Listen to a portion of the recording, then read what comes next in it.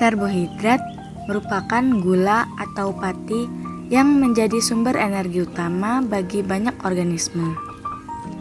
Glukosa atau gula yang diolah dari karbohidrat berfungsi sebagai bahan bakar yang akan digunakan oleh tubuh. Manfaat karbohidrat yang utama adalah sebagai sumber energi bagi tubuh dalam menjalankan berbagai fungsi, serta untuk melakukan beragam aktivitas setiap harinya. Contoh bahan pangan yang mengandung karbohidrat. Yang pertama adalah nasi. Nasi putih adalah sumber karbohidrat utama yang menjadi makanan pokok di banyak negara, terutama di Indonesia. Karbohidrat pada nasi putih memiliki peran penting dalam memberikan energi bagi tubuh. Bahan pangan yang kedua adalah pisang. Pisang sangat sehat dan mengandung beberapa nutrisi penting. Lebih dari 90% pisang terdiri dari karbohidrat. Tahapan dan mekanisme katabolisme glukosa. Yang pertama, glikolisis.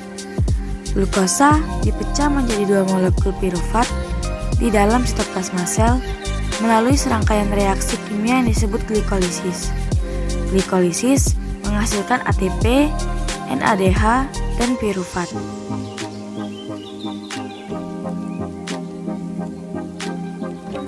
Yang kedua, oksidasi pirufat. Pirufat yang dihasilkan dari glikolisis kemudian masuk ke dalam mitokondria sel untuk dioksidasi menjadi asetil-CoA melalui reaksi kimia yang disebut oksidasi pirufat. Oksidasi pirufat menghasilkan NADH dan CO2.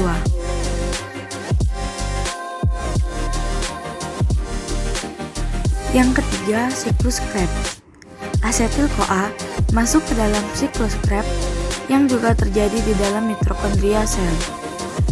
Di dalam siklus Krebs, asetil-CoA dioksidasi menjadi CO2 dan energi yang dihasilkan digunakan untuk menghasilkan ATP.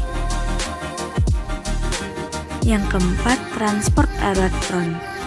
NADH yang dihasilkan dari reaksi oksidasi pirufat dan siklus Krebs kemudian masuk ke dalam jalur transport elektron.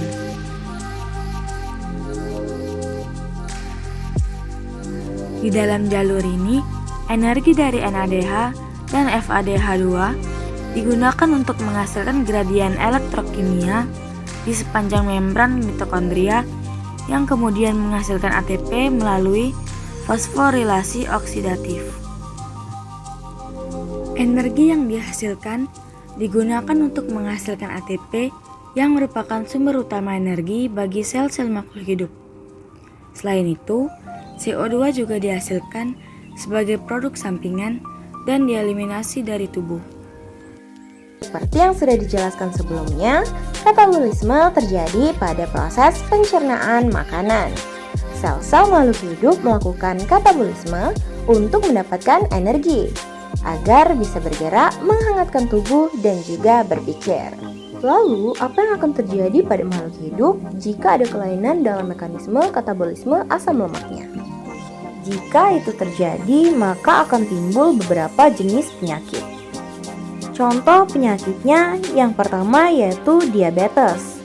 Diabetes terjadi ketika tubuh pengidapnya tidak lagi mampu mengambil gula atau glukosa ke dalam sel dan menggunakannya sebagai energi.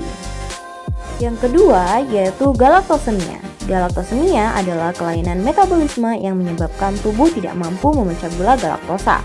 Galaktosa merupakan jenis gula yang terdapat di dalam susu. Yang ketiga yaitu sindrom Ricardo. Sindrom ini menyebabkan tubuh tidak mampu memecah glikogen.